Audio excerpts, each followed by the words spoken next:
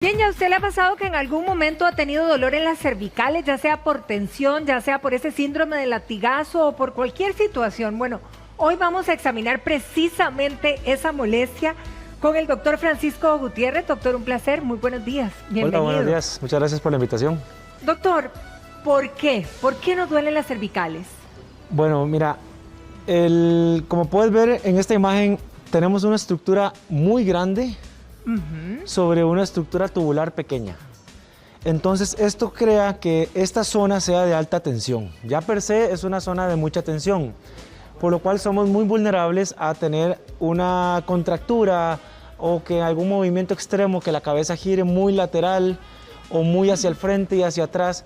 Entonces todos esos fenómenos que le llamas vos de latigazos o el mismo estrés, pues es una zona muy vulnerable porque aquí es una imagen de la columna, lo que está al fondo. Pero todo esto tiene un montón de músculos que se pegan desde la cabeza y que vienen en forma triangular hacia la espalda y los hombros. Entonces es una zona muy vulnerable. Exacto, y ahí viene, ¿verdad?, la pregunta. Si digamos empieza este dolor en las cervicales, pero cuando ya impacta o irradia más bien hacia la espalda o irradia hacia el cerebro, ¿qué puede ser lo que está pasando? Pues mira, el cráneo... O es normal, no lo sé, ¿verdad? Es esperable. Pues no es normal tener dolor de cuello, pero es esperable en toda la población. Todos tenemos en algún momento un dolor en el cuello por tensión, por un golpe, o por alguna caída, un frenazo en el vehículo. Lo que pasa es que cuando ya el dolor comienza a prolongarse, que es lo que vamos a hablar más adelante, cuando ya consultar, etcétera, es cuando son los signos de alarma. Como puedes ver, los músculos se pegan desde el cráneo y bajan a lo largo de la espalda. Por ende, un problema en el cuello que no se trate a tiempo, que te lo dejes mucho porque digas, no, es que ahí pasará y te empiezas a dar tiempo y a dar tiempo y te lo tratas mal, comienza a irradiar, entonces la gente empieza a sentir dolor en esta zona del cráneo, en la parte occipital, porque el dolor comienza a subir. Incluso hay gente que te dice que te duele hasta el oído. Híjole. A veces el dolor irradia más bien hacia el hombro, entonces muchas veces creen que es el hombro porque el dolor viene como tensional e irradia al hombro, entonces se empieza a tener una dolencia aquí en la parte de esta pelotita que se llama el acromio, pero realmente es un problema que viene de arriba, que muchas veces es al revés, muchas veces es un problema de hombro que no lo tratan y comienza a contracturar para el cuello. Y otras veces el dolor comienza a bajar a las dorsales, que es la espalda media, digamos, entre las escápulas, porque todo es un solo grupo muscular y ese grupo muscular llega hasta abajo. Si no te lo tratas, el dolor va a llegar hasta lumbalgia. Híjole. Si no te lo tratas a tiempo. Ahora, doctor, ¿cuáles son, si pudiéramos repasar algunos hábitos, ¿verdad? O algunas cosas que hacemos incorrectamente para dañar o dar este dolor en nuestras cervicales, ¿qué pudiéramos enumerar? Ok, número uno, lo primero es el acondicionamiento físico. Como puedes ver, es una zona muscular amplia. Doctor, ¿podríamos llamar al modelo para ver, digamos, Claro. esta parte en la realidad, ¿verdad? Ok. ¿Quieres ponerte acá? Ajá, ¿puedes ponerte aquí al medio? Entonces, como puedes ver, el cuello es una zona que tiene una zona muscular delgada hacia la cabeza y que se va prolongando y se va ensanchando hacia hombros. Entonces, estas zonas como músculo tienen que tener acondicionamiento. Entonces, esta zona muscular, el entrenamiento puede contracturarlo porque la gente a veces entrena solamente y no hace estiramiento, entonces va a tener una contractura, especialmente en esta zona que se llaman trapecios. Puede tener contracturas hacia las zonas laterales e incluso... Pudieras voltearte para ver, ajá, para repasar eso, ok. E incluso hay gente que contractura hacia acá, que le llaman que sienten pelotas por mal acondicionamiento físico. Otra cosa importante es la postura. Hay gente que siempre está jorobada, entonces, perdona, ahí están muy jorobados hacia adelante y eso crea que para poder ver hacia el frente tienen que contracturar el cuello para poder compensar esa joroba que hacen a nivel de espalda media y eso crea que esto sea más vulnerable. Entonces las posiciones también. Otra cosa importante, vamos a dar vuelta, es cuando utilizamos la computadora. Un monitor adecuadamente, ahora que tenemos un boom de teletrabajo, una computadora debe estar siempre frente la cara de la persona.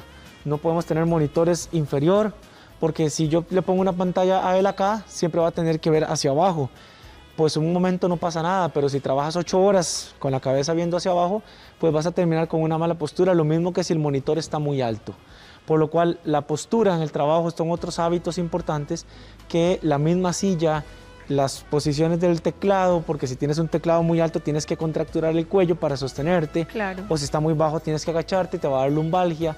Entonces, esos hábitos son los que hacen que esto sea vulnerable a dolor. Ahora, doctor, hay gente, por ejemplo, que se queja, ¿verdad?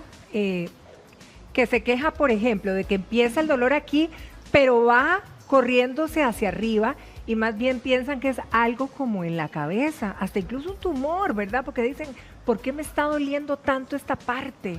Correcto, de hecho hace poco vi un señor también con una historia que estaban sospechando que era un ictus o un derrame. Híjole, y el ajá. problema era, ya entrevistándolo, pues sí, el dolor era acá en la cabeza, pero el dolor realmente originaba de cuello, una rigidez importante y era que ya se lo había dejado mucho tiempo. Entonces, si no te lo tratas, el dolor comienza a focalizarse arriba, donde se inserta el músculo que es en esta parte que se conoce como protuberancia occipital. Ahora, si dormimos mal, una mala postura, digamos, al dormir, ¿pudiéramos verdaderamente afectar esta zona? Claro, poner el brazo arriba. Imagina que él duerma así, sobre el brazo y que duerma con la cabeza rotada hacia la izquierda. Sí, totalmente. Eso genera que esta zona esté contracturada. Pues Claro. no pasa nada si duermes un rato en esa posición. El problema está en que si pasan 7, 8 o 9 horas en esa posición, esta zona al amanecer, cuando tratas de bajar el brazo, va a estar contracturada. Tiene muchas horas con la misma posición. Si la persona no cambia posición, puede contracturar.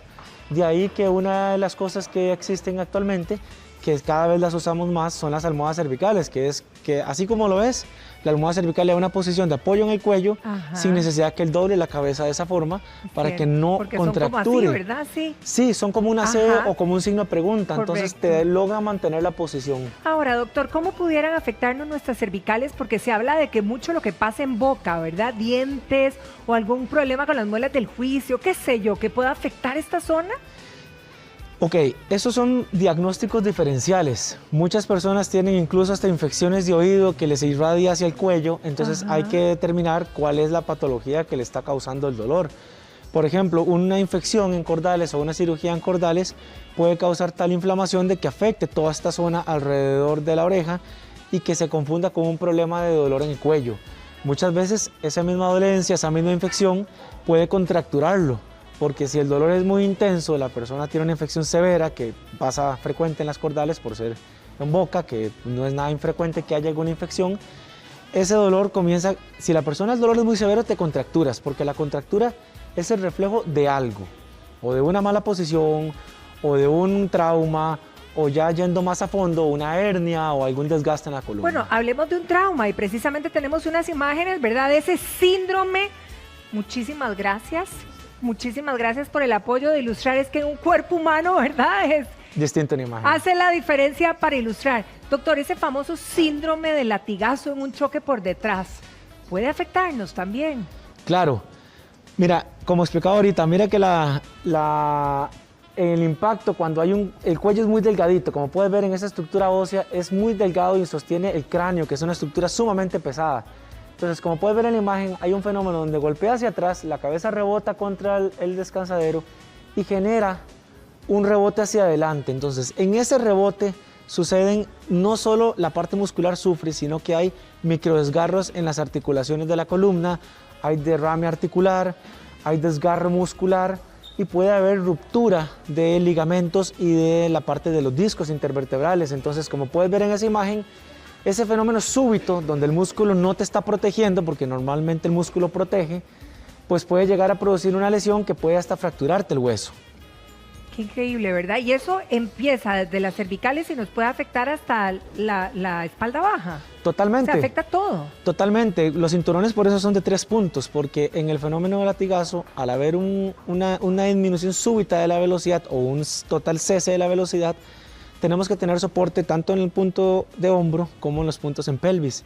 Entonces, ese fenómeno donde el cuerpo jala hacia adelante te puede lesionar muscularmente el resto. Lo que pasa es que el cuello es el más vulnerable porque la caja torácica te protege mucho. La parte lumbar va en una menor altura y tiene un cinturón de lado a lado.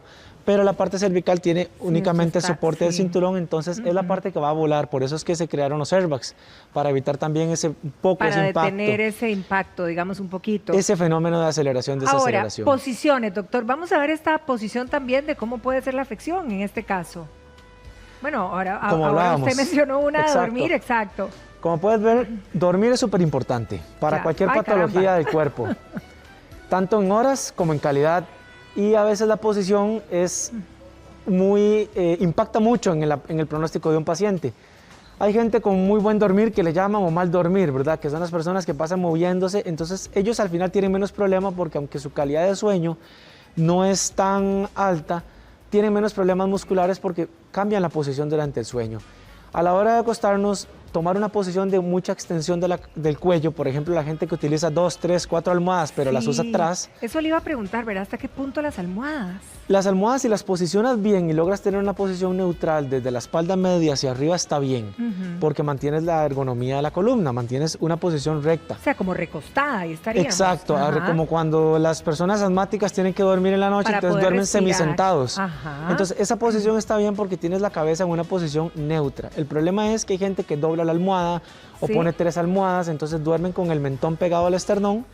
Y bueno, al inicio pues te sirve para ver el celular, para ver televisión, pero a veces se quedan dormidas en esa posición. Es cierto, sí. Entonces, conforme pasan las horas, vas a sufrir por hiperextensión de los músculos, comienzas a sufrir esa respuesta que tiene la parte muscular a esa posición. Y en ese caso, por ejemplo, las horas continuas en que pasamos también frente a una computadora, sobre todo la gente que trabaja todo el día. Correcto, mira esa imagen, ella está viendo hacia abajo. Normalmente la gente que trabaja con computadora portátil trabaja hacia abajo.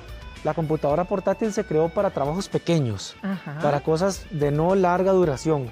Una persona que tenga, por ejemplo, clases virtuales o que tenga una jornada laboral normal tiene que tener una computadora de escritorio, puesto que esta computadora portátil no está diseñada ni para tus manos, está creada para digitar un poco, pero no está creada para jornadas largas, digitar largas horas, ni para tener una visión directa a tu cara, a menos que tengas un stand desk, que son los escritorios donde tú puedes subir y bajar la computadora y ahí sí la vas a poner en la posición que vos quieras. En la correcta, como debe ser para cuidar nuestra zona, ¿verdad? Definitivamente de la cual estamos hablando el día de hoy. Doctor Gutiérrez, muchísimas gracias por todos estos consejos. Muchas gracias a ustedes por la invitación. A cuidarnos. Exacto. Muchas gracias.